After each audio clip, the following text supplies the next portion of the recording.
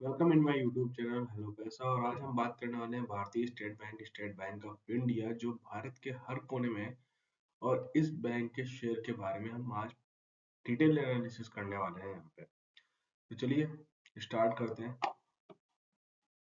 First of all बात करें share price की, तो शेयर प्राइस चल रहा है 1210 रुपए, जिस दिन हम आज रिकॉर्ड कर रहे हैं। और यहाँ पे आज भी क्लोज हुआ है, मतलब 16 Feb को 1.01% ऑफ ऑल टाइम हाई पे यहाँ पे चल रहा है। और शेयर अगर यहाँ पे मार्केट कैप की बात करें तो 11 लाख करोड़ पहुंच चुका है, मतलब HDFC बैंक के करीब है। तो अगर यहाँ पे ये थोड़ा सा और ऊपर जाता है तो यहाँ पे मतलब HDFC से बड़ी कंपनी बन सकती है यहाँ पे। और यहाँ पे इसमें पोटेंशियल भी है क्योंकि कोई महंगी वैल्यूएशन पे ट्रेड नहीं कर रहा है। 13.21, मतलब कि 13 के पी पे यहाँ पे इसका और शेयर प्राइस जो है ट्रेड कर रहा है। तो यहाँ पे 52 वीक हाई की बात करें, आज ही हिट किया है 1212 रुपए 30 पैसे। डिविडेंड जो है वो 1.31% है। क्वार्टरली डिविडेंड अमाउंट की बात करें तो 3.97, मतलब अप्रॉक्स 4 रुपए के आसपास इसका डिविडेंड आता है। 52 वीक लो की बात करें 680 रुपए, ऑलमोस्ट डबल हो चुका है वहां से share price. Note down, this video is only for education, not buy or sell the stocks. अगर यहाँ पे बात करें कंपनी के बारे में, स्टेट बैंक ऑफ इंडिया ये टॉप 500 फॉर्च्यून कंपनी में आती है। और कंपनी ऑपरेट करती है फाइनेंशियल एंड बैंकिंग सेक्टर में। जैसे पहले ही बताया आप लोगों की, state Bank of India banking sector की कंपनी है। और इसका हेडक्वार्टर जो है मुंबई में है। सबसे पुरानी कंपनी है इंडिया की, मतलब कि सब पुरानी बैंक है। 200 साल से भी ऊपर हो रहा है इसे, शायद 1895 की कंपनी है। यहाँ पे अगर बात करें डिपॉजिट मार्केट शेयर की, तो यहाँ पे 22.55% है। और नेट एडवांस शेयर जो है 19.06% इन इंडिया है। बैंकिंग सेक्टर में अच्छा खासा, मतलब कि इंडिया के अंदर इसका मार्केट शेयर है। और यहाँ पे अगर बात करें स्टॉक के पी की, तो 13.8 हो गया है। जैसे पहले बताया 11 लाख करोड़ यहाँ पे मार्केट कैप पहुंच गया है। रिटर्न ऑन कैपिटल एम्प्लॉयड जो है 6.47% है। अब यहाँ पे बात करें बुक वैल्यू की, तो 641 रुपए है, जिसके कंपैरिजन में ये 2 गुने पे यहाँ पे ट्रेड कर रहा है। मतलब कि अगर बात करें अदर कंपनीज के शेयर के मुकाबले में, तो यहाँ पे बुक जो वैल्यूएशन है, बुक वैल्यू है, वो भी ठीक ठाक है। यहाँ पे ROE की बात करें 17.2%, काफी अच्छा है। हाई लो जैसे कि बताया यहाँ पे, लास्ट ईयर मतलब इस साल ही ये डबल हो चुका है। डिविडेंड 1.32%, फेस वैल्यू जो है 1 रुपीज का है। अगर यहाँ पे चार्ट की बात करें, तो 1 ईयर के फ्रेम में NSE पे जो प्राइस चल रहा है वो 50 DMA के साथ, 200 DMA के साथ और वॉल्यूम के साथ बात करें तो ओवरऑल बहुत ही अच्छा यहाँ पे इसका चार्ट दिखाई दे रहा है। मतलब स्लोली स्लोली स्लोली स्लोली यहाँ पे अपर साइड में यहाँ पे ट्रेंड जो है बना हुआ है।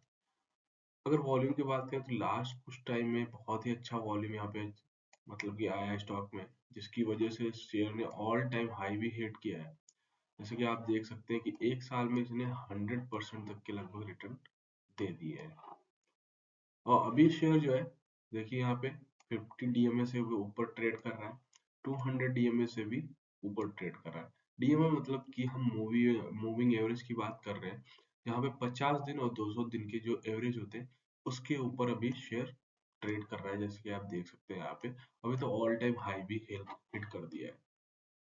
एक साल के बाद अगर हम 3 साल के चार्ट के बारे में बात करें, तो यहाँ पे 3 साल के भी चार्ट में आप देख सकते हैं ये शेयर प्राइस कहाँ था और कहाँ से पहुंच चुका है 1200 पे। जैसे कि आप देख सकते हैं सीधी स्ट्रेट लाइन बन रही है।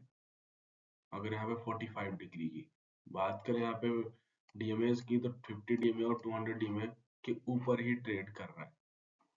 तो यहाँ पे मौके बहुत बार बढ़िया इन्वेस्ट करने के, अगर किसी ने इन्वेस्ट किया है तो पैसा बनाया है। और यहाँ पे शेयर जो है काफी स्ट्रॉन्ग शेयर है बैंकिंग सेक्टर में। अगर कंपनी के प्रॉस एंड कॉन्स की बात करें, तो कंपनी ने यहाँ पे जो ग्रोथ है, प्रॉफिट ग्रोथ 36.3% CAGR यहाँ पे लास्ट 5 ईयर्स में जो है प्रोवाइड किया है। और यहाँ पे कंपनी ने अच्छा पेमेंट जो है डिविडेंड के रूप में अपने स्टेक होल्डर्स, मतलब कि शेयर होल्डर्स को दिया है। यहाँ पे कॉमर्स की बात करें तो लो interest coverage ratio, liability is 27,400 27 lakh 42,584 crore का है। अर्निंग जो है इसमें इंक्लूड है, अदर इनकम के जो होती है उसका भी यहाँ पे अर्निंग इंक्लूड किया गया है। तो ये सारे कॉन्स हैं, but in comparison of cons में देखा जाए तो यहाँ पे जो होता है मेन कि ये कंपनी पैसा बना के कितना दे रही है, वो दैट इज मैटरिंग है। अब यहाँ पे पीयर कंपैरिजन में देखें, क्योंकि पब्लिक सेक्टर की कंपनी है उसकी कंपैरिजन में देखा जा रहा है, यहाँ पे जो प्राइवेट सेक्टर की कंपनी से एचडीएफसी वगैरह है उसके कंपैरिजन में ना ही देखा जा रहा है। तो यहाँ पे अगर बात करें एसबीआई, तो एसबीआई नंबर 1 कंपनी है, मतलब कि बैंक है इन पब्लिक सेक्टर बैंक्स। उसके बाद bank of Baroda, union bank, Punjab national, Canara, Indian bank of India. अगर यहाँ पे सबके पी की बात करें तो सबके पी जो है लगभग अप्रोक्स 7-8 के आसपास आ रहे हैं, बट यहाँ पे पब्लिक सेक्टर में इसका पी थोड़ा ज्यादा है। शेयर प्राइस सबसे ज्यादा चल रहा है यहाँ पे 1208 रुपए।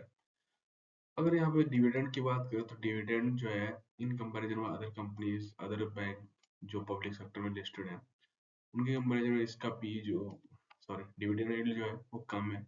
सब लगभग 2-2.5 के आसपास दे रहे हैं।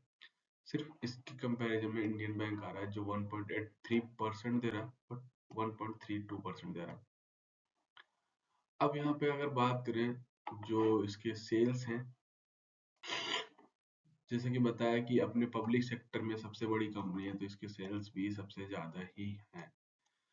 और आरओसी की बात करें तो लगभग सबके बराबर ही यहाँ पे आरओसी भी प्रोवाइड कर रही है कंपनी, बट प्रेजेंस बहुत ज्यादा है इस कंपनी का, जिसकी वजह से इसका मार्केट कैप बड़ा है और यहाँ पे कंपनी ने अच्छे रिटर्न्स डिलीवर किए हैं।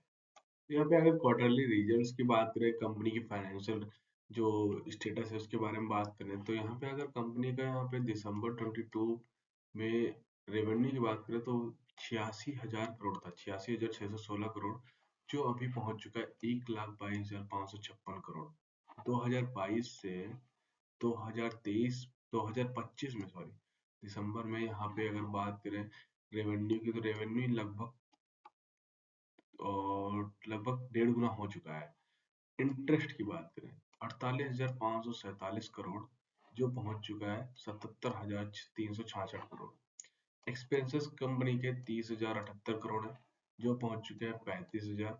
इन कंपैरिजन ऑफ जो इसका रेवेन्यू और इंटरेस्ट है उसके कंपैरिजन में काफी कम एक्सपेंसेस बढ़े। कंपनी ने बहुत ही अच्छा मैनेजमेंट के हिसाब से यहाँ पे काम किया है। फाइनेंशियल प्रॉफिट की बात करें तो प्रॉफिट 7,991 करोड़ था 2022 में दिसंबर में, जो कि पहुंच चुका है 9,997 करोड़। तो यहाँ पे क्वार्टर टू क्वार्टर अच्छा खासा यहाँ पे फाइनेंसिंग मार्जिन मेंटेन रखा, 9%, 8%, 11%, 8%, 8%, 9%, 11%, और यहाँ पर भी देखा तो 6, 7, 9% के आसपास, मतलब अप्रॉक्स अगर एवरेज देखेंगे यहाँ पे 8 से 9% का ईयरली फाइनेंसिंग मार्जिन जो है मेंटेन कर रखा है। कंपनी का अदर इनकम भी होते हैं 11,468 करोड़, जो पहुंच चुके हैं 18,359 करोड़। अब यहाँ पे जब पैट की बात करें, सॉरी प्रॉफिट बिफोर टैक्स, तो कंपनी को टोटल प्रॉफिट जब पहले हो रहा था 2022 में 19,459 करोड़, जो अभी पहुंच चुके हैं यहाँ पे 28,355 करोड़। ये अच्छा खासा जंप है भाई, लगभग देखा जाए तो 40%। तो 40% कम नहीं भाई, ईयर ईयर ऑन ईयर जो देखा जाए यहाँ पे टैक्सेस वगैरह हटाने पर नेट प्रॉफिट जो है 14,205 करोड़ था, वो 21,028 करोड़ पहुंच चुका है। तो यहाँ पे कंपनी ने बहुत ही अच्छे प्रॉफिट के साथ, बहुत ही अच्छे मैनेजमेंट के साथ अपना फंडामेंटल जो है मेंटेन कर रखा है, और यहाँ पे स्ट्रॉन्ग कंपनी के रूप में उभर के आई है, अच्छे खासे रिटर्न बना के दी है। अब ग्रॉस एनपीए की बात करें यहाँ पे तो 3.14% था, जो अभी पहुंच चुका है 1.57%। नेट एनपीए वो 0.77% से 0.39%। अगर यहाँ पे प्रॉफिट एंड लॉस शीट की बात करें तो यहाँ पे ऑलरेडी बता चुके हैं रेवेन्यू कैसा रहा, इंटरेस्ट कैसा रहा, बट 2014 में कंपनी का जो रेवेन्यू था 1,36,351 करोड़ था, जो अभी पहुंच चुका है मार्च 2025 में 4,62,489 करोड़, ये कंसोलिडेटेड है ओवरऑल। अब यहाँ पे इंटरेस्ट 87,000 करोड़ थे जो पहुंच चुके हैं 2,95,000 करोड़। एक्सपेंसेस 50,000 करोड़ थे 1,29,000 करोड़। अब यहाँ पे टोटल प्रॉफिट की बात करें, यहाँ पे हम डायरेक्ट आ जाएंगे।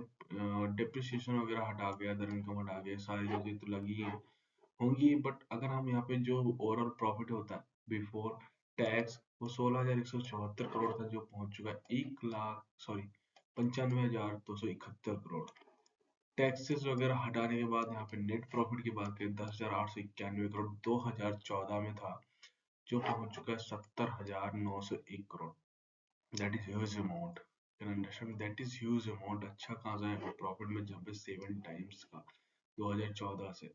आफ्टर 10 ईयर्स अगर हम बात करें, लगभग 10 से 12 11 साल हो गए। 11 साल में कंपनी ने प्रॉफिट को 7 गुना कर दिया है। डिविडेंड पे आउट, जो डिविडेंड पे आउट है वो 21% था जो 20% हो गया। मतलब ये पे आउट तो मेंटेन रखा है कंपनी ने। बीच में यहाँ पे देखिए 0% हो गया, तो कहीं कहीं पे है कहीं कहीं पे नहीं, बट ओवरऑल अगर यहाँ पे डिविडेंड की बात करें तो मैक्सिमम टाइम 20% मेंटेन रखा है। तो कंपनी की बैलेंस शीट, ये सॉरी, फंडामेंटली कंपनी बहुत ही स्ट्रांग दिख रही है। कंपनी के बैलेंस शीट के बारे में बात करें तो बैलेंस शीट में कंसोलिडेटेड है ये। इक्विटी कैपिटल 747 से पहुंच चुका है 892। यहाँ पे रिजर्व की बात करें, रिजर्व जो 1,17,000 करोड़ थे वो पहुंच चुके हैं 4,40,000 करोड़। डिपॉजिट्स 14,31,000 करोड़ थे जो पहुंच चुके हैं 53,82,000 करोड़, लगभग 4 टाइम्स। बोरोइंग्स यहाँ पे बैंक्स के पास तो होती है भाई, बिना बोरोइंग्स के काम नहीं होता है। यहाँ पे 1,46,000 करोड़ जो पहुंच चुका है 5,63,000 करोड़। अब यहाँ पे अदर लाइबिलिटीज भी कंपनी पे है 96,000 करोड़ के आसपास जो थे 2014 में, अभी पहुंच गए 2,89,000 करोड़। अब फिक्स एसेट की बात करें 7,700 करोड़ था, 7,700 करोड़ से पहुंच गए 43,685 करोड़। कंपनी के इन्वेस्टमेंट्स की बात करें 3,98,000 करोड़ थे जो पहुंच चुके 16,90,000 करोड़। तो टोटल एसेट्स और टोटल यहाँ पे लाइबिलिटीज की बात करें ऑल ओवर इक्वल है, नो प्रॉब्लम। बैलेंस शीट काफी मजबूत दिखाई दे रही है। ओवरऑल कैश फ्लो की बात करें तो यहाँ पे 2014 में 17,729 करोड़ था, बीच में निगेटिव हुआ, बट अभी 29,428 करोड़। मतलब कंपनी के पास अच्छा खासा कैश फ्लो बना हुआ है, there is no problem, company अच्छा ऑपरेट कर रही है। तो यहाँ पे अगर कंपनी के शेयर होल्डिंग पैटर्न देखें, मतलब एफ आई और डी आई और प्रोमोटर्स, गवर्नमेंट, पब्लिक के पास कितना परसेंट मेंटेन है अभी, तो यहाँ पे प्रोमोटर्स के पास 57.49% मार्च 2023 में था। फिर यहाँ पे थोड़ा सा 0.02% रिड्यूस हुआ, मतलब कि 57.47%। अभी अगर बात करें तो कंपनी के जो प्रोमोटर्स हैं उनके पास जो होल्डिंग है वो 55.50% है। 2% का यहाँ पे शेयर होल्डिंग पैटर्न जो है देखा गया कि चेंज हुआ है प्रोमोटर्स का, मतलब कम किया उन्होंने, बट ये गया। चलिए देखते हैं। यहाँ एफ आई एस के पास 9.89% था कब, मार्च में। अभी उनके पास कितना है 10.34%, मतलब कुछ परसेंट तो यहाँ पे चला गया, मतलब कि एफ आई एस ने बाई किया, देयर इज नो प्रॉब्लम, मतलब कि सेफ हैंड में है। और F I S, D I S और प्रोमोटर्स गवर्नमेंट की मिला के अगर देखें तो वही यहाँ पे स्ट्रेंथ बनती है शेयर होल्डिंग पैटर्न में। डी आई एस के पास कितना था 25.020%, लगभग 25% के आसपास था, जो अभी 27% है। मतलब कि वहां का स्टेक जो चेंज हो रहा प्रोमोटर्स का, यहाँ पे एफ आई एस और डी आई एस ने बाई किया। गवर्नमेंट का लगभग सेम है 0.03%, लेकिन बीच में यहाँ पे इन्होंने अपना स्टेक बढ़ाया है और फिर से यहाँ पे 0.14% 2025 तक मेंटेन किया है। फिर उसके बाद यहाँ पे 0.01% यहाँ पे गवर्नमेंट ने अपना स्टेक सेल किया। पब्लिक के पास जितना था 7.40%, वो लगभग मेंटेन है। यहाँ पे पब्लिक के पास घटा है 6.97%, तो ये पॉजिटिव थिंग है। अगर प्रमोटर्स ने यहाँ बेचा है तो यहाँ पे एफ आई एस और डी आई एस ने बाई किया है, और पब्लिक के पास तो शेयर होल्डिंग पैटर्न घटी है, जो कि एफ आई और डी आई ने ही बाय किए, ये गवर्नमेंट ने थोड़ा बहुत ऐड किया। तो यहाँ पे कंपनी का जो प्रमोटर होल्डिंग है, एफ आई डी आई की होल्डिंग है, गवर्नमेंट की होल्डिंग है, काफी स्ट्रॉन्ग उनकी पकड़ है। और यहाँ पे कोई भी ऐसा चेंज नहीं दिखा रहा है शेयर होल्डिंग पैटर्न में, जो कि निगेटिव है। तो कैंडलस्टिक पैटर्न देखो यहाँ पे भाई, ऑल टाइम हिट करने के बाद अभी भी बुलिश ट्रेंड में बना हुआ, और अभी भी चांसेस है इसके ऊपर जाने के, पूरे के पूरे बनते हैं। कंपनी ने ऐसे क्वार्टरली रिजल्ट्स ही पेश किए हैं, और जो एस्टिमेट था उससे भी अच्छा रिजल्ट दिया है। ओवरऑल प्रॉफिटेबल कंपनी, अच्छी प्रॉफिटेबल कंपनी है, बैंकिंग में सेक्टर में धमाल मचा के रखा हुआ है। वैल्यूएशन अच्छी है, वैल्यूएशन कंसर्न नहीं है यहाँ पे, और वैल्यूएशन को और मेंटेन करने के लिए यहाँ पे कंपनी को, यहाँ पे मतलब शेयर प्राइस को बढ़ना बनता है। तो ओवरऑल देखा जाए, State Bank of India one of the best company है, one of the best banking sector की कंपनी है। तो यहाँ पे अदर बैंक्स के कंपैरिजन में एचडीएफसी तो देखा जाए तो वो प्राइवेट सेक्टर की कंपनी है। तो एचडीएफसी से अगर एसबीआई की कंपैरिजन करें तो ज्यादा नहीं दूरी बची है। एचडीएफसी का चल रहा है 15 करोड़, 15 लाख करोड़। इसका कितना चल रहा है? 11.5 लाख करोड़ है। और अगर यहाँ पे 100-200 रुपए का मूव आता है तो एचडीएफसी के पास पहुंच जाएगी कंपनी। ज्यादा दिन नहीं है कि एचडीएफसी से बड़ी कंपनी बनने में, बड़ी बैंक बनने में इसको देरी है। वीडियो अच्छा लगा हो तो वीडियो लाइक करें, चैनल को सब्सक्राइब करें, शेयर करें।